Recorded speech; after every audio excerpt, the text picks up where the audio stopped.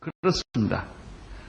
피조물인 인간이 창조주 하나님을 만나게 된다는 사실은 분명히 보통 사건이 아닙니다. 우리들은 보통 자기 생각을 하며 삽니다. 그리고 자기의 경험 안에서만 모든 것을 판단하고 행동합니다. 사람은 상상해서 경험을 할 수가 없습니다. 간접 경험을 한다고 합니다마는 결국 자기의 경험의 범주 안에서 사람들은 생각하게 됩니다. 그리고 자기가 교육받은 지식이 자기의 세계의 전부입니다. 그런 인간이 자기의 생각이나 자기의 경험이나 자기의 지식의 범위를 뛰어넘어서 하나님을 생각한다든지 하나님을 경험한다든지 하나님의 지식을 갖게 된다면 그것은 보통 일이 아닙니다. 우리가 만나는 보통 일상적인 여러 가지 충격적인 일이 아니라 이것은 결정적인 일입니다. 그렇습니다. 성령을 받은 사람들은 이제 말을 해도 그냥 말이 보통 말이 아닙니다. 옛날에는 분명히 내 생각을 말했습니다. 내 경험의 범위에서 얘기를 했습니다.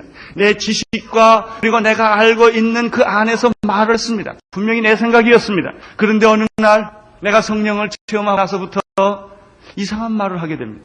분명히 이것은 내 말이 아닙니다. 내가 말을 했는데 내 생각 이상의 생각을 하고 있는 것입니다. 내 경험 이상의 경험을 말하고 있는 것입니다. 그것뿐만 아닙니다. 이 사람은 기도를 해도 달라집니다. 분명히 옛날에 내 기도를 했습니다. 내 생각이 기도를 했습니다. 그런데 어떤 영이 와서 내 대신 기도하는 것을 그가 느끼고 경험하는 것입니다. 이 사람이 거룩한 사람은 다 아닙니다. 완전한 사람은 아닙니다. 성숙한 사람은 아닙니다. 뭔가 변한 것입니다. 그리고 내가 보통 말을 하는데 이상하게 자꾸 말씀이 생각이 나는 것입니다. 옛날에는 내 생각이 났습니다. 그러나 자꾸 말씀이 생각이 납니다. 자꾸 이상한 기도를 하게 되는 것입니다. 바로 이 사람들이 초대교회 사람들이었습니다. 그들은 우리와 다를 바가 없는 보통 사람들입니다. 똑같이 다 돈에 예민합니다. 건강에 예민합니다. 자녀 교육이나 세상살이에 다 똑같은 그런 문제가 있는 사람입니다. 그러나 그들이 뭔가 변한 것입니다. 뭔가 달라지십니다. 그들의 기도가 다릅니다. 생각이 달라진 것입니다. 얼마나 놀라운 일이겠습니까? 나는 이런 변화와 능력과 그런 충만함이 여러분에 있게 되기를 바라고 내게도 있게 되기를 바랍니다. 우리 온누리 교회가 기도할 때 보통 기도가 아닌 뭔가 다른 기도가 이미 되어진 것을 우리가 느낄 수 있게 되기를 바랍니다. 우리의 이상과 꿈도 옛날에는 내가 이런 이상과 이런 꿈을 가지고 공부를 했습니다. 그러나 점점 꿈이 변하는 것입니다. 생각이 변하는 것입니다. 돈 쓰는 게 변합니다. 사람 만나는 게 변합니다. 모든 가치관이 변해가고 있는 것을 내가 느끼는 것입니다. 기뻐하고 좋아하는 것이 달라지기 시작을 합니다. 초대교회 사람들 나면서 안진뱅이가 일어난 것을 눈으로 목격하게 됐습니다. 무려 40년 동안 안진뱅이였습니다. 그가 일어났습니다. 걸으며 뛰었습니다. 자기 눈앞에 있는 것입니다. 얼마나 이 사람들이 놀랐겠습니까?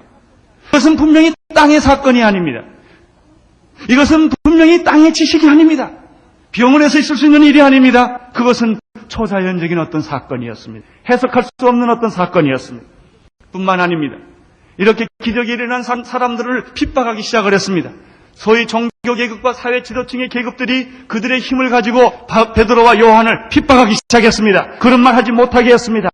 예수를 전하지 못하게 했습니다. 그러나 내가 사람 말 듣는 것이 좋으냐 하나님 말씀 듣는 것이 좋으냐 하면서 그들의 말을 꺾었습니다. 그들은 조용히 물러가고 사라졌습니다. 그때 그 옆에 함께 있었던 사람들은 너무나 기뻤어요. 통쾌한 거예요. 그들이 물러가니까 너무나 신이 났습니다. 찬송하고 싶었습니다. 기도하고 싶었습니다. 감사하고 싶었습니다. 그 얘기가 지금 23절과 24절에 기록되어 있습니다. 23절, 24절을 보겠습니다. 시작.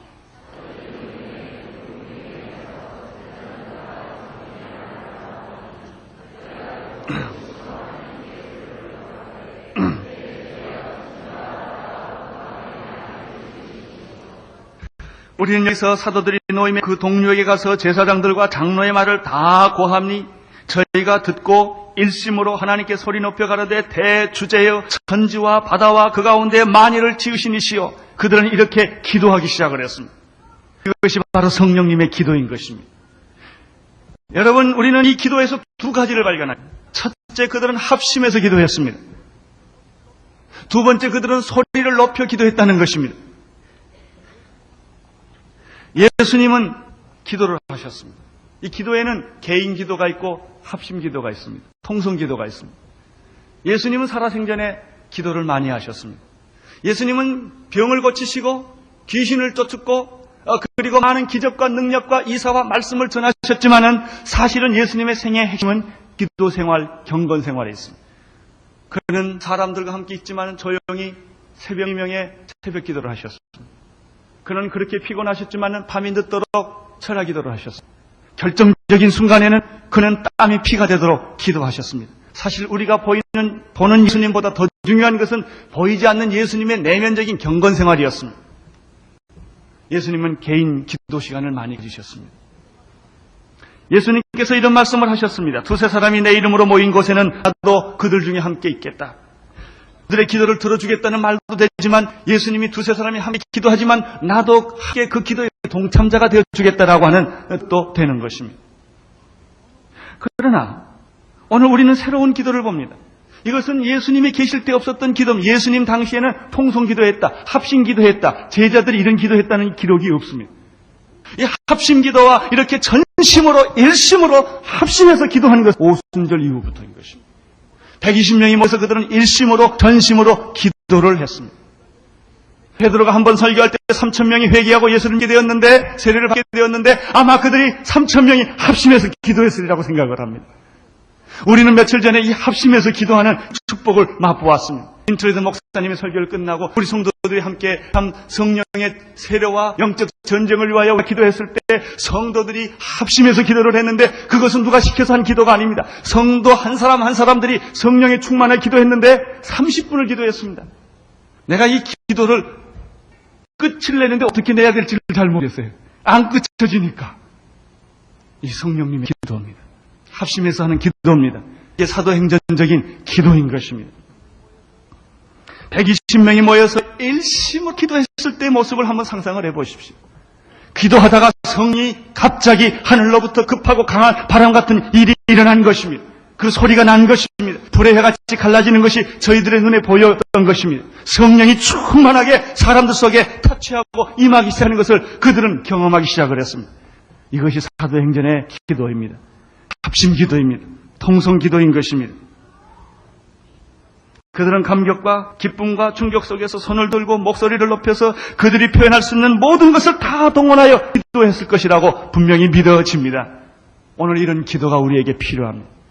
개인 기도가 중요합니다. 밤이 맞도록 하는 개인적인 철야 기도나 새벽 기도도 중요합니다. 땀이 피가 되도록 하는 기도가 중요합니다. 그러나 성령이 임한 이후에는 이렇게 성도들이 합심하여 교회가 합심하여 기도하는 일이 필요한 것입니다. 교회란 무엇입니까? 기도라고 말하고 있습니다. 교회란 무엇입니까? 성령님이라고 말할 수가 있는 것입니다. 기도 없는 교회는 교회가 아닙니다. 성령이 없는 교회는 더 이상 교회라고 말할 수가 없습니다. 그건 사람의 집단일 뿐입니다. 프로그램입니다. 제도일 뿐입니다. 한 교파일 수는 있으나 그것은 진정한 그리스도의 몸인 교회라고 말할 수는 없습니다. 진정한 교회는 성령이 역사하는 것입니다. 진정한 교회라고 하는 것은 성령으로 말미암아 성도들이 개인주의적인 것이 아니라 합심해서 공동체적으로 기도하는 것입니다. 사도행전에 나타난 특색 중에 하나입니다. 이렇게 합심해서 기도하면 방언이 터지기 시작을 합니다. 방언 기도라는 것이 있습니다. 나는 여러분들이 방언으로 기도할 수 있게 되기를 바랍니다. 놀랍게 성령이 임하는 것입니다.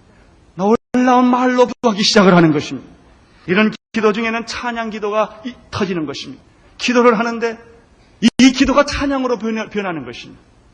내 기도의 노래가 찬양이 되는 것입니다. 어떤 사람은 서서 손을 들어서 찬양할 수도 있고 어떤 사람은 무릎을 꿇고 찬양할 수도 있고 기도할 수도 있습니다. 박수치며 할 수도 있고 몸부림치며 할 수도 있는 것입니다. 이번에 우리 성도들이 합심해서 기도하니까 구경하는 사람이 있더라고요. 놀래가지고. 미치지 않았나? 뭔가 좀 감정적인 것이 아닌가? 이거 정말 진짜 기도일까? 이렇게 생각하는 사람도 있어요. 진짜 기도입니다. 사도행전적 기도입니다.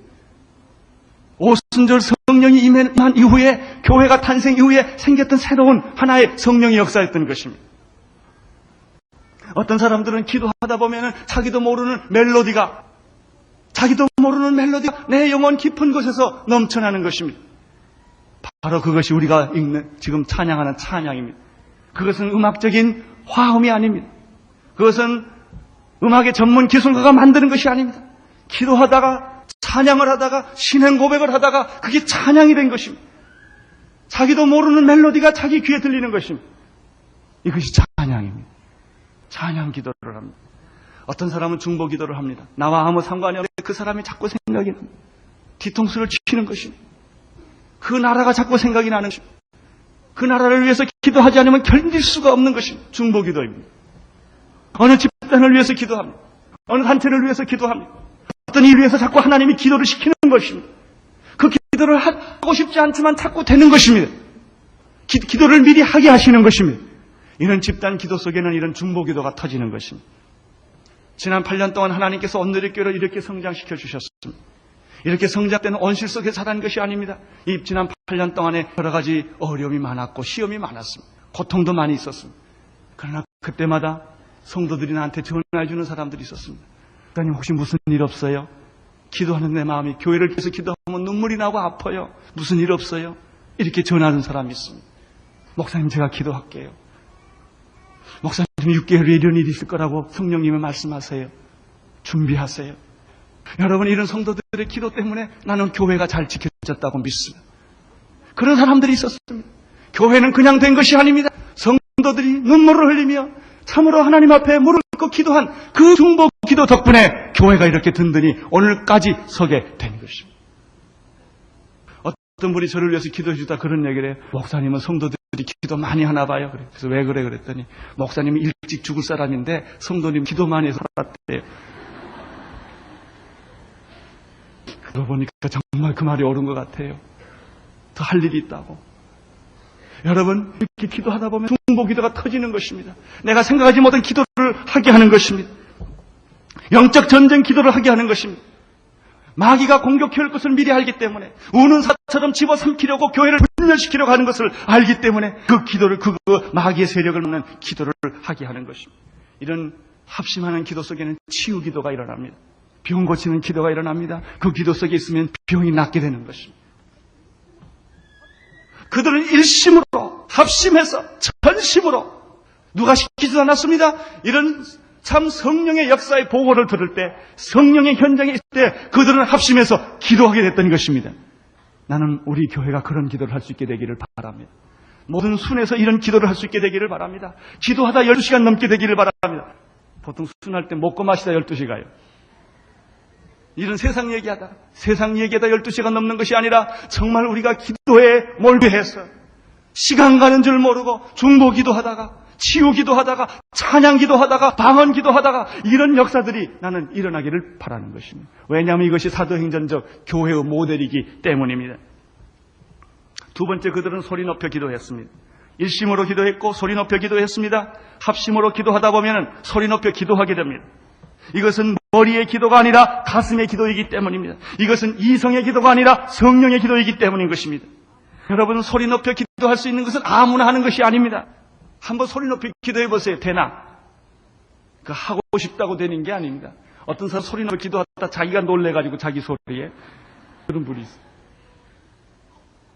여러분 우리가 어느 때 소리를 높입니까? 기쁜 일이 있으면 소리를 지릅니다. 너무 감당할 수 없는 기쁜 소식. 그렇게 오랫동안 구원했는데 대답이 없던 한 여자가 구원에 그 응답을 했을 때 이 남자는 너무 좋아서 종로 바닥을 뛰어돌아다닐 것입니다.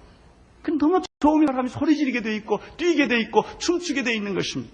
또 언제 사람들이 소리를 지릅니까? 너무 슬픔이 극하면 소리를 지릅니다. 부모가 돌아가셨을 때 자기 자식이 불의의 사고로 죽었을 때 목을 놓고 우는 것이 인간의 본능인 것입니다. 또 어느 때 우리는 소리를 지릅니까? 응급한 일이 생겼을 때 소리를 지릅니다. 여러분 병원에 모든 사람 다 정상적으로 진료권을 끊고 약속을 해서 병원 갑니다. 그러나 환자가 생겨서 다리가 부러지고 지금 피가 나고 지금 사태가 생기면 언제 진찰을 끊습니까? 그냥 그대로 가는 것입니다. 주소를 적을 시간 없으면 치료부터 해야 되는 것입니다. 여러분 인생의 벼랑길에 서 있는 사람이 있습니다. 다 이렇게 점잖게 폼 잡고 앉아있지만 사실 마음속에 인생 지금 벼랑길에 있는 사람이 여기 있을지 모릅니다. 오늘 죽느냐 사느냐가 내 지금 사업이 오늘 여기서 망하느냐 안 망하느냐 하루하루를 이렇게 참 초죽음으로 사는 사람들이 있습니다. 그 사람들이 어떻게 점잖게 예수를 믿겠습니까? 소리 지르지 않으면 견딜 수가 없을 것입니다. 그런 사람들은 산에 가서 나무 뿌리를 몇 개씩 뽑아야 될 것입니다. 너무 급하니까. 그렇습니다. 여러분, 이 사람들은 소리 지를 수밖에 없었습니다. 너무나 놀랍기 때문에, 하나님의 사건이 너무나 놀랍기 때문에, 너무나 충격적이기 때문에. 여러분은 이런 하나님을 경험하셨습니까? 여러분은 이런 성령님을 경험하셨습니까? 우리는 소리 지를 필요도 없을 정도로 성령 체험이 없는 사람이 있습니다. 그저 어제가 오늘이고 오늘이 내일이고, 그저 일평생 그냥 그렇게 이렇게 졸듯 사는 것입니다. 교회 왔다 갔다 하는 것입니다. 그것이 여러분을 어떻게 변화시키겠습니까? 그것이 진정으로 여러분의 삶을 변화시킬 수가 있겠습니까? 이렇게 뜨뜻미지근하게 믿는 것이 이 나라를 변화시킬 수 있다고 생각하십니까? 아니. 성령의 사람들은 그런 사람들이 아니었습니다. 이 성령의 사람들은 보면 이 생각이 끊임없이 확장을 합니다. 생전이 확장하듯이. 지금 우리 온누리교회가 이렇게 하나님께서 큰 교회를 축복해 주었습니다. 내 마음은 솔직히 여기에 있지 않습니다. 이런 온누리교회를 소련에도 하나 세우고 싶고, 중국에도 세우고 싶고, 이 미국에도 세우고 싶고, 곳곳에다 좀 세웠으면 좋겠던 그런 마음이 끊임없이 납니다. 대한민국 전체에다 좀 이걸 다 뿌렸으면 좋겠습니다. 그렇습니다. 성령을 받은 사람들은 한 곳에 머물러 있지를 못합니다. 안주하지를 못합니다. 그곳에 그냥 있지를 못합니다. 주고 싶은 것입니다. 나누고 싶은 것입니다. 가고 싶은 것입니다. 나도 어떻게 좀 갈까 지금 생각을 합니다. 이게 성령의 생각이 우리 안에 너무나 강력하게 움직이기 때문에 여기서 우리가 안전하게 행복하게 사는 것이 하나님의 뜻이 아닙니다. 여기서 우리가 하나님이 폭발을 해서 이것이 대한민국 전체, 저 세계 전체 이 하나님의 역사가 진행되기를 소원하는 것입니다. 그런 마음이 있는 것입니다. 그것이 되든 안 되든 그런 게 중요하지 않습니다. 그런 마음이 있는 것입니다. 바로 사도행전 사람들은 그런 사람들이었습니다. 그래서 그들은 예루살렘에서 모여서 성령을 받고 교회를 했지만 결국 유다와 사마리아와 땅끝까지 그들은 다 가게 됐던 것입니다. 자기도 못 갔으면 그 다음 세대가 가는 것입니다. 그 다음 세대가 못 가면 그 다음 세대가 또 가는 것입니다. 이 복음은 수도하지 않았습니다. 성령님의 역사는 절대로 수도하지 않습니다. 계속 진행하는 것입니다. 그들이 일심으로 소리 높여 기도를 했는데 이 기도 속에 하나님의 영광이 나타났습니다. 그러면 그들의 기도의 내용은 무엇입니까? 성경을 계속해서 보겠습니다. 24절을 같이 다시 한번 읽겠습니다. 시작. 저희가 듣고 일심으로 하나님 소리 높여 가로되 대주제여 천지와 바다와 그 가운데 만유를 지으신 이시여. 첫째, 그들이 하나님의 이름을 불렀는데 여기서는 하나님을 대주제시여 이렇게 불렀어요. Sovereign Lord, 통치하시는 주님, 지배하시는 주님, 살아 역사하셔서 우주의 주권자이신 주님이시여 이렇게 불렀어요. 그들은 이런 보고를 들었을 때 남에서 안진뱅이가 여기에 있고 이를 핍박하던 무리들이 다 떠났을 때 그는 바로 이 하나님이 우주를 통치하시고 지배하시고 섭리하시고 우주의 주인이신 그분이 느껴진 겁니다. 그분이 실감인 것입니다. 여러분은 하나님이 실감이 나십니까? 하나님 그러면 멀리 계신 하나님이십니까? 나와 함께 계신 하나님이십니까? 우리 하나님은 침묵하시는 하나님이십니까? 내 귀에 속삭이는 하나님이십니까? 우리 하나님은 나의 삶과 무관하는 하나님입니까? 나의 일거수일투족 나의 사과 감정에까지 개입하시는 그런 하나님이십니다. 이분들은 지금 대주제시여라고 말할 때 그 하나님이 역사를 통치하시고 지배하시는 그 하나님이 지금 여기 나와 함께 계신 것을 그들이 느낀 것입니다. 구약에 보면 기생 라합이라는 여자가 있었습니다. 그는 이방인이었습니다. 하나님을 모르는 백성이었습니다. 율법 모르는 백성이었습니다. 정탐꾼 두 사람을 이 기생 라합이 영접을 해주었습니다. 왜 해준지 아십니까? 성경에 보면 이런 말이 있습니다. 이스라엘이 홍해를 건너서 요단 저편에 아모리 사람과 두 왕을 전멸시키는 소문을 듣고 마음이 높고 정신을 잃었습니다. 이렇게 보고를 했습니다. 이 여자는 하나님 모르는 여자입니다. 하나님에 대한 소문을 들었습니다. 이스라엘 백성이 애굽에서 60만 명이 나왔는데 홍해를 갈라왔다더라. 그 하나님은 누구일까? 그 하나님을 생각하니까 천륜이 나는 거예요. 오싹되는 것입니다. 야, 그 하나님은 정말 살아계신 진짜 하나님이구나. 그 하나님은 돌멩이 하나님이 아니구나. 그 하나님은 이 세상의 신이 아니고 참 신인가 보다. 기생 라합이 그렇게 생각을 했어. 그리고 광야를 거쳐오면서 하나님의 기적이 일어나는 소문을 계속 들었을 때 이 기생은 우리 그 하나님의 소문을 듣고 마음이 녹고 정신을 잃었다고 말했습니다. 이분이 하나님이십니다. 여러분, 하나님의 소문을 정말 들었습니까? 우리가 하나님을 믿고 있지만 그 하나님은 개념의 하나님이 아닙니까? 지식의 하나님이 아닙니까? 종교의 하나의 형식의 하나님이 아닙니까? 정말 사 역사하시는, 여러분과 함께 동행하시는, 마음을 녹이고 정신을 잃어버리게 할 만한 그런 하나님입니까? 우리가 정신을 안 잃고 이렇게 살아있는 거 보니까 분명히 하나님 잘못 만나지 않았나 이런 생각을 합니다. 진짜 하나님을 만났다면 우리가 정말 온전하겠습니까? 그 기생 라합은 이 두 정탐꾼에게 뭐라고 한 줄 아세요? 너희 하나님 여호와는 상천하지의 하나님이다. 이 여자가 그런 말을 했어요. 여러분, 이 여자가 이것은 자기의 신앙 고백입니다. 이 말을 했기 때문에 가나안 족속이 다 멸망될 때 그 여자는 구원받게 된 것입니다. 여러분, 하나님에 대해서 어떤 고백을 하시니? 나는 위대하신 하나님, 창조주 하나님, 역사의 하나님, 오늘 나와 함께 계시는 하나님, 사랑의 하나님, 용서의 하나님, 영원하신 그 하나님이 여러분의 하나님이시기를 바랍니다. 이 하나님을 여러분이 믿고 고백할 때 그 하나님은 너희 하나님은 상천하지에 살아계신 하나님이라는 말을 했을 때 이 여자에게는 구원이 왔던 것입니다. 아브라함의 하나님은 여호와 일의 하나님입니다. 모세의 하나님은 홍해를 가르신 하나님이었습니다. 여호수아의 하나님은 여리고성을 무너뜨리고 가나안을 점령시킨 하나님이었습니다. 다윗의 하나님은 골리앗을 깨부시는 하나님이었습니다. 여러분은 어떤 하나님을 만났습니까? 여러분의 삶 속에 역사하는 다윗의 삶에는 이렇게 역사했고 모세에게는 이렇게 역사했고 아브라함에게 이렇게 역사했다면 여러분의 삶에는 하나님이 어떻게 나타나셨습니까? 두 번째 24절 보면은 천지와 바다와 그 가운데 만유를 지으신 이시여 대주제시여. 두 번째는 천지와 바다와 그 가운데 만유를 지으신 이시여. 이들은 성령으로 기도할 때 우리 하나님이 역사를 통치하시고 우주를 통치하시고 지배하시고 다스리는 하나님만 느낀 것이 아니라 천지를 만드신 창조주를 느끼기 시작을 한 것입니다. 천지를 만드신 분, 내 나를 만드신 분, 인생을 만드신 분. 여러분, 하나님이 천지를 창조하시고 인생을 만드신 분이라면 그분에게 모든 해답이 있습니다. 하나님이 천지를 창조하셨는데, 하나님이 내 인생을 만드셨는데 그분이 못하실 것이 무엇이 있겠습니까? 하나님에 대한 최대의 통찰력은 창조주 하나님을 발견하는 데 있습니다. 그것보다 더 높은 하나님은 없습니다. 천지와 바다와 그 가운데 만유를 지으신 분이 그리스도 안에 나타난 하나님이십니다. 성령으로 나타나신 하나님이십니다. 창조의 문제는 본질과 기원의 문제입니다. 그러므로 하나님께서 천지 만물과 인간을 지으셨다고 하는 뜻은 천지 만물과 인간의 기원과 본질이 하나님이라는 뜻입니다. 여러분은 이 하나님을 찬양하시기를 바랍니다.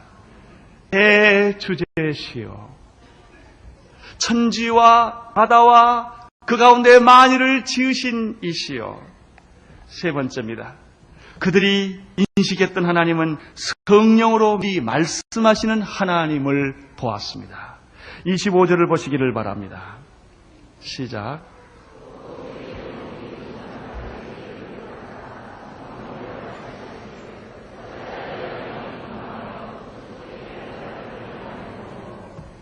계속해서 읽어주세요.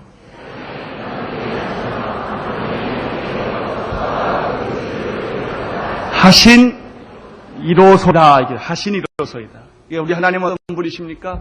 다윗의 입을 통하여 성령으로 미리 말씀하여 우리에게 보여주신 바로 그 하나님이십니다. 대주제이실 뿐만 아니라 천지와 바다와 만유를 지으신 이뿐만 아니라 역사 속에 개입하셔서 우리를 구원하시기로 계획하셔서 예수 그리스도를 보여주신 바로 그분이신데, 우리 하나님께서 예수 그리스도께서 핍박받을 것을 미리 성령을 통하여 말씀하신 것입니다. 시편 2장 1절 2절을 통하여 말씀하셨습니다. 어찌하여 열방이 분노하며 족속들이 허사를 경영하는 것, 세상의 군왕들이 나서며 관원들이 함께 모여 그리스도를 대적하도다 하신 이로소이다. 하나님께서는 미리 그리스도께서 핍박받을 것을 아셨습니다. 누가 그리스도를 대적하고 핍박을 합니까? 모든 열방이 날뛰며 분노한다고 말했습니다. 모든 백성들이 헛된 일을 계획한다고 말했습니다. 세상의 임금들이 다 들어 일어난다고 말했습니다. 세상의 통치자들이 함께 모여서 주님과 메시아를 대적한다고 이미 오래전에 다윗의 입을 통하여 하나님께서 성령으로 말씀하여 주신 것입니다. 그렇습니다. 그 사건이 지금 바로 여기에 일어나고 있는 것입니다. 과연 그 그리스도를 대적했던 일들이 지금 여기에 일어나고 있습니다. 17절을 보시기를 바랍니다. 시작. 과연 헤롯과 본디오 빌라도 이방인과 이스라엘 백성과 합당하여 하나님이 기름 부으신 거룩한 종 예수를 거스려 28절 하나님의 권능과 뜻대로 이루려고 예하신 그것을 행하려고 이 성에 모였나요? 여러분, 헤롯과 빌라도가 예수 그리스도를 핍박하여 죽였지만은 사실은 그 이전부터 그 예수를 적대하던 세력이 있었다는 것입니다.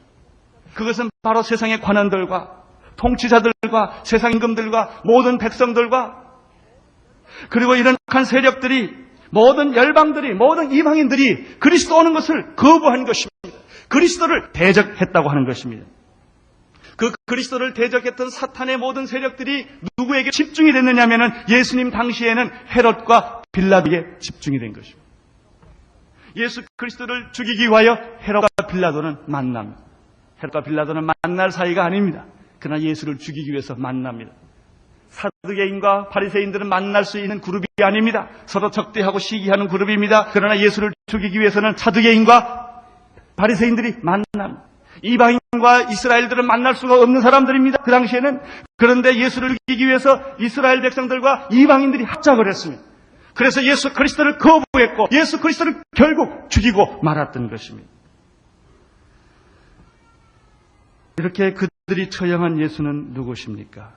오늘 성경에 보면 그는 하나님의 기름 부음 받은 거룩한 종이라고 말했습니다. 예수는 인간이지만 인간만이 아닙니다. 그는 하나님이셨습니다. 그는 하나님으로부터 기름 부음 받은 거룩한 종이었습니다. 그는 우리를 구원하기 위하여 인간의 몸을 입으시고 종의 모습으로 이 세상에 오셔서 십자가에 죽기까지 순종하신 분이 바로 예수 그리스도십니다. 여러분은 예수 그리스도를 적대하십니까? 아니면 환영하십니까? 여러분 예수 그리스도를 거부하십니까? 예수 그리스도를 받아들이십니까? 여러분은 이 예수 그리스도를 위해서 여러분들이 여러분 생에 바칠 수 있겠습니까? 바로 이분이 예수 그리스도십니다. 이렇게 그들은 성령으로 기도해 대주제시여 천지와 바다와 그 만유를 지으신 이시여 세 번째로 예수 그리스도의 핍박에 대해서 미리 예언한 바로 그 하나님의 이름을 부르면서 29절에 그들은 다음과 같은 기도를 합니다. 29절 같이 읽겠습니다. 시작.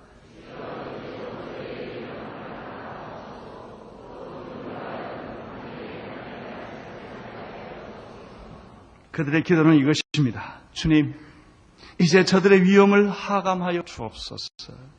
우리는 이런 위협과 고난 속에 있습니다. 예수 그리스도를 믿으려 하는 자는 누구든지 이런 위협과 고난 속에 있습니다. 그것은 바로 예수님 당시나 사도행전 때만 있는 것이 아닙니다. 지금도 누구든지 예수 그리스도를 믿으려고 하면은 이런 핍박이 있는 것입니다. 이런 모든 백성들과 관원들과 세상의 임금들과 모든 열방 사람들이 그리스도를 적대하고 거부하고 반대했던 그 영이 헤롯과 빌라도에게 있었을 뿐만 아니라 이스라엘 백성과 이방인과 바리새인들과 서기관에게 있었을 뿐만 아니라 지금 그들의 장로들과 제사장에게 있을 뿐만 아니라 지금도 있다는 것입니다. 누구든지 그리스도를 믿으려고 하면은 그 반하는 세력이 꼭 있기 마련입니다. 예수를 한번 잘 믿어보려면 부모가 방해합니다. 남편이 방해합니다. 아내가 방해합니다. 자녀가 방해합니다. 일가 친척 식구들이 방해합니다. 나는 어떤 이런 사람의 간증을 들어본 일이 있습니다. 정말 나는 예수를 알고 믿고 싶습니다. 그러나 내 형편이 지금 교회 나갈 형편이 되지를 못합니다. 그래도 세계에서 우리나라처럼 예수 잘 믿기 좋은 나라는 없습니다. 일본을 가보십시오. 동남아시아를 여행해 보십시오. 예수 믿기가 얼마나 힘들고 어렵습니까? 모슬렘을 가보십시오. 예수 믿으면 감옥을 가야 합니다. 예수 믿으면 집안에서 쫓겨나야 합니다. 이것이 전 세계 현실입니다. 아직도 그리스도를 영접하고 그리스도를 믿고 그리스도의 뜻대로 살려고 할 때는 이런 위협과 핍박이 이 세상에는 너무나 많이 존재하고 있는 것입니다. 하나님 아버지, 이 위험이 지금 여기에 있습니다. 이런 고난과 위험 속에서 그들은 두 가지 기도를 합니다. 첫 번째 기도는 무엇입니까? 29절을 다시 보겠습니다. 주여, 이제도 저희의 위협함을 가마옵시고 또 종들로 하여금 담대히 하나님의 말씀을 전하게 하여 주옵소서. 주여, 이 고난을 피하게 해주십시오. 주여, 이 위험을 피하게 해주시는 기도하지 않았습니다. 그들은 다른 기도하지 않았습니다. 이 위험이 있지만 이 위험 속에서 우리가 포기하지 아니하고 변명하지 아니하고 이 그리스도의 복음을 담대히 전하는 담력과 능력을 주시옵소서. 할렐루야. 나는 여러분들이 이런 기도를 하게 되기를 바랍니다. 환경의 기도가 아니라 본질의 기도를 하게 되기를 바랍니다. 주님, 내가 어떤 고난과 위기 속에서도 주의 복음을 포기하지 아니하고 전하게 하여 주시옵소서. 이런 기도는 사도 바울도 했습니다. 사도 바울은 에베소서 6장 19절에서 자기를 사랑하는 사람들에게 이렇게 기도를 부탁했습니다. 너희들이 나를 위해서 기도해 줄 일이 하나 있는데 또 나를 위하여 구할 것은 내게 말씀을 주사 나로 입을 벌려 복음의 비밀을 담대히 알리게 하옵소서. 설교자의 제가 여러분에게 드리고 싶은 기도 부탁이 있다면 똑같을 것입니다. 저의 건강을 위해 기도해 주십시오. 저의 가정을 위해 기도해 주십시오. 저의 자녀들을 위해서 기도해 주십시오. 라는 말보다 내가 여러분에게 부탁할 수 있는 기도 제목이 하나 있다면 내가 이 설교자로서 하나님의 말씀을 성경대로 타협하지 않고 전하게 해 주시옵소서. 바로 이 부탁 하나일 것입니다. 이 말씀을 온 세계에 전하게 하여 주시옵소서. 바로 이걸 것입니다.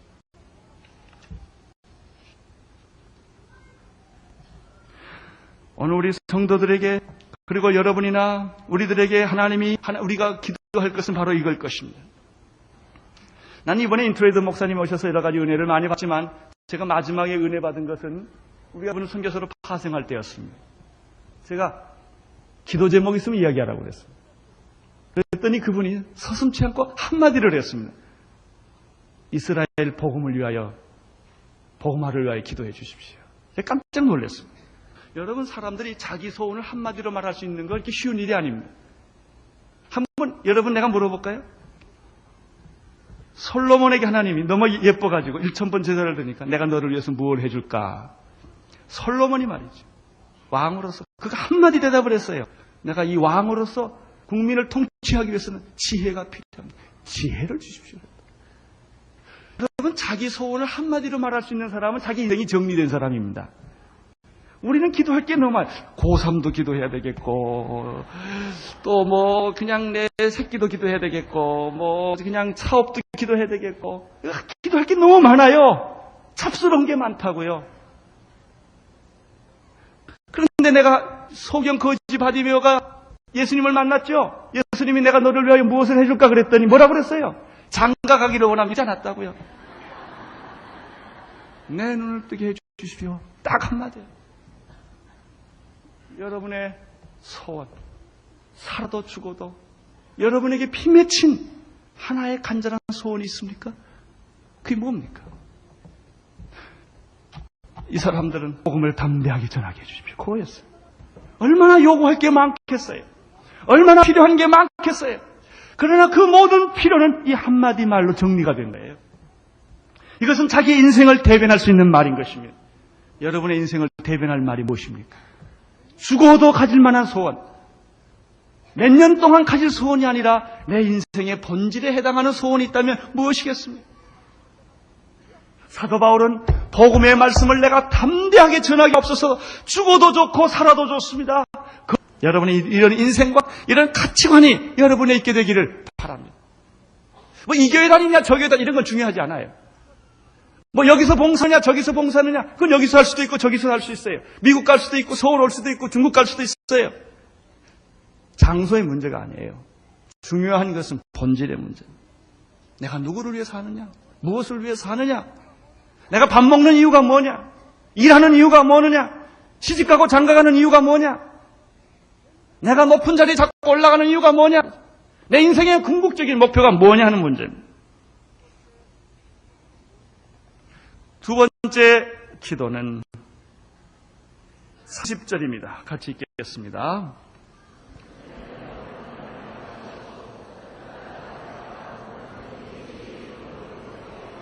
손을 내밀어 병을 낫게 하옵시고 표적과 기사가 거룩한 종 예수 이름으로 이루어지게 하옵소서. 여러분, 이 사람들의 오로지 관심은 주여 내가 위기 앞에서 위협 앞에서 복음을 변명하거나 복음에 도피하지 않고 담대하게 복음의 사도로 순교하게 하옵소서. 복음을 전하게 하옵소서라는 것과 하나고, 또 하나는 이 복음을 전하기 위하여 영적 능력을 주옵소서. 손을 내밀어 병든 자를 고치게 하시고 표적과 기사와 능력들이 나타나게 하여 주옵소서. 누구를 위하여? 나를 위하여가 아닙니다. 주의 영광을 위하여. 여러분, 우리가 이 세상에 살아나가는 자기 힘으로 세상 사라집니까? 자기의 능력과 지식으로 세상이 이리가 됩니까? 안 됩니다. 여러분, 이 세상에 우리가 살아갈 수 있는 유일한 능력은 영적인 능력입니다. 이 사탄의 세상에서 우리가 존재할 수 있는 유일한 힘은 영적인 능력, 하늘의 능력을 받아야만 살 수가 있는 것입니다. 인간이란 얼마나 초라한 존재입니까? 뭐 다른 얘기 다 그만두고 자기 하나 못 견디는 게 인간 아닙니까? 자기 성격 하나 못 다스리는, 자기 성품 하나 못 다스리는 게 인간이에요. 나 하나 못 다스리는 게 인간이에요. 내가 하나 물어봅시다. 자식한테 이긴 부모 있어요?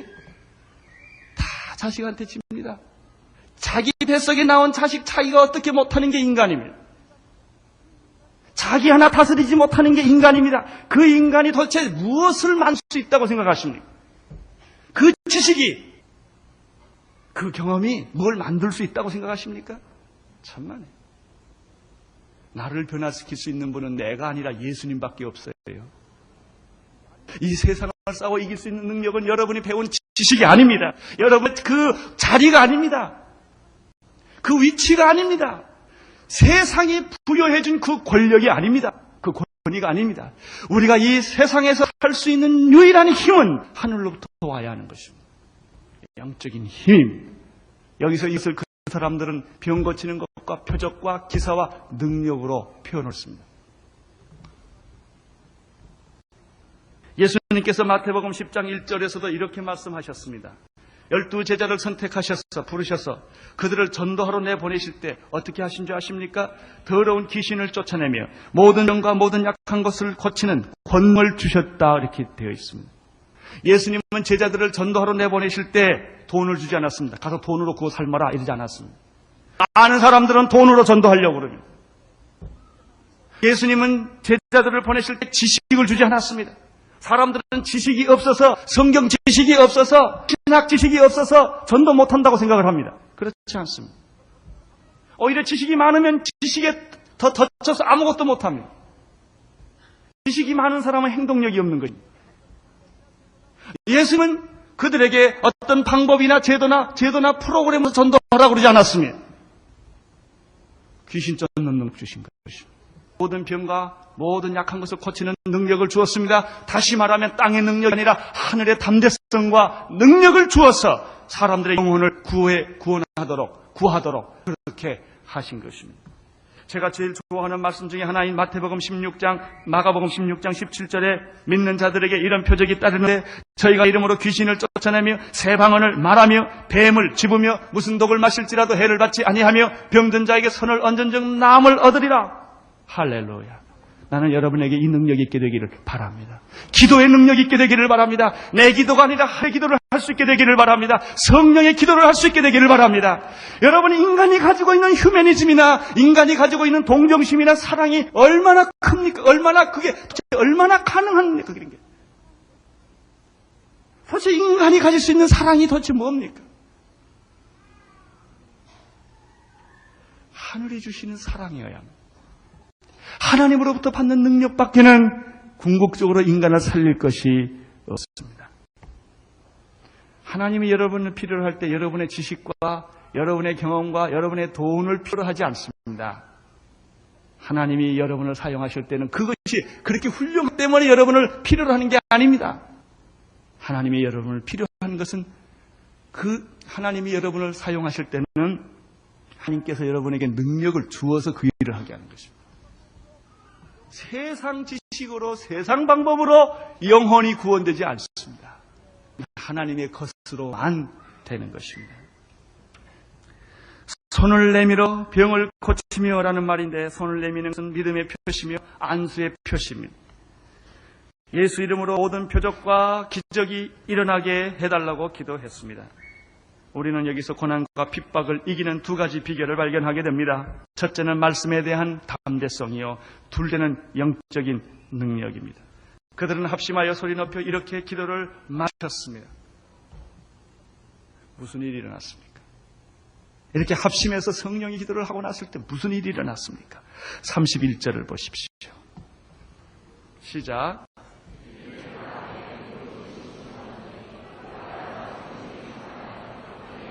아멘. 빌기를 다함에 모인 곳이 어떻게 했어요? 진동했어요. 지진이 일어났습니다. 나는 실제로 진동이 있었다고 믿습니다. 집이 흔들렸을 것입니다. 이게 성령의 역사입니다. 나는 여러분이 기도하면 집이 흔들리기를 바랍니다. 지진이 일어나기를 바랍니다. 사람들의 마음이 흔들리기를 바랍니다. 이것이 합심하는 기도요, 주님께 하는 기도입니다. 이 진동을 하고 나니까 그 다음에 뭐가 되죠? 성령이 충만했고 그 다음에 하나님 말씀 담대하게 전했다. 오순절 사건하고 똑같아요. 오순절날 호련히 급하고 강한 바람이 하늘로부터 그 소리가 귀에 들리고 사람들의 눈에 불의 혀같이 갈라지는 것이 보이니까 이게 뭐예요? 진동하는 거예요. 다 성령 충만을 받더라. 진동하고 성령 충만 받더라. 그리고 나서 그들은 성령의 말하게 하심을 따라 말을 했더라. 담대히 말을 했더라. 할렐루야. 나는 이 공식이 오늘 우리 온누리교회도 임할 줄로 믿습니다. 여러분이 합심해서 통성으로 기도를 하면 방언의 기도와 찬양의 기도와 중보의 기도와 영적 전쟁의 기도와 치유의 기도와 이 선교의 기도를 하나님 앞에 올려 돌릴 때 주여 우리들에게 담대함을 주시옵소서. 복음을 꾸러하지 말게 하여 주시옵시고 우리를 유혹하는 모든 세력을 끊어버리게 하여 주시옵시고 믿고 나가게 하여 주옵소서. 그리고 영적인 능력을 주옵소서. 이렇게 합심 기도할 때 성령 충만이 있다고 말했습니다. 여러분 이렇게 한번 기도해보고 싶지 않습니까? 우리 이 시간에 다 복음의 담대성을 달라고 기도하십시다. 그리고 영적인 능력을 우리에게 주셔서 이 능력을 가지고 세상에 나가서 우리 가정을 구원하게 하시고 평화의 사도가 되게 하시고 통일을 이루게 하여 주시고 중국까지 가게 하시고 이 교회를 변화시키게 하시고 내 병과 내 모든 것들을 이 영적인 능력으로 해결하게 하여 주시옵소서. 우리 이 시간에 통성으로 함께 다 기도하게 되기를 바랍니다. 살아계신 하나님 아버지, 오늘 이 시간에 우리들에게 사도행전의 사건을 보내주신 것을 감사합니다. 오순절날 성령이 임했을 때 불의 혀같이 갈라지는 것을 보이게 됐고 급하고 강한 바람 같은 소리를 듣게 되었습니다. 대주제시여, 천지와 바다와 만유를 지으신 하나님 아버지시여, 주님이시여 이 시간에 이 위협이 있을지라도 고난이 있을지라도 두려워하지 말게 하여 주시옵시고 병이 있을지라도 두려워하지 말게 하여 주시옵시고 담대히 나가게 하여 주시옵소서. 아버지 하나님이여, 오늘 이 기도 속에 치유가 일어나기를 원합니다. 병든 자가 살아나기를 원합니다. 귀신들이 나가기를 원합니다. 오늘 이 기도 속에 방언이 역사되기를 원합니다. 찬양이 역사되기를 원합니다. 중보 기도가 역사되기를 원합니다. 우리들이 변화되기를 원합니다. 이 교회가 새로워지기를 원합니다. 이 교회가 거듭나기를 원합니다. 이 교회가 말씀만 공부하는 것이 아니라 성령의 충만해서 날개가 돋아서 천공을 하여 독수리처럼 날아가게 하여 주시옵소서. 한 사람 한 사람 머리 위에 기름을 부어 주시옵시고 능력으로 채워 주시옵시고 말씀으로 채워 주시옵시고 아버지 하나님이여 거룩한 당신의 능력으로 옷 입혀 주시옵소서. 예수 그리스도 이름으로 명하노니 더러운 귀신들은 다 물러갈지어다. 병마들은 물러갈지어다. 염려와 근심과 걱정은 물러갈지어다. 아버지 하나님이여, 하나님의 거룩한 성령의 역사가 나타나셨어 모든 사람을 기름을 부어 주시옵시고 치유하여 주시옵소서. 주시옵시고 새로워지게 하여 주시옵시고 영적으로 거듭나게 하여 주시옵소서. 주님의 이름을 찬양합니다. 주님께 영광을 여돌립니다. 하나님의 거룩이 오늘 이 시간에 거룩하신 종 예수 그리스도가 나타나게 하여 주시옵시고 하나님의 거룩한 성령이 나타나시길 원합니다. 주님이 운행하시고 한 사람 한 사람에게 안수하여 주시옵시고 아버지 기름을 부어 채워 주시옵소서. 할렐루야. 주의 영광이 오늘 우리 안에 나타나기를 원합니다. 주의 말씀이 우리에게 나타나기를 원합니다.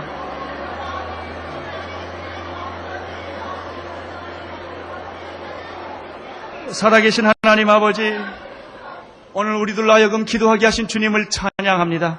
우리 온누리교회 사도행전적 교회가 되기를 원합니다. 우리 온누리교회 성도님들이 사도행전의 사람들이 되기를 원합니다. 성령의 능력으로 옷 입게 하여 주시옵소서. 성령으로 충만하게 하여 주시옵소서. 담대하게 하나님의 말씀을 선포하게 하여 주시옵소서. 영적인 능력들을 풍성하게 나려 주시옵소서. 예수님 이름으로 기도드리옵나이다. 아멘.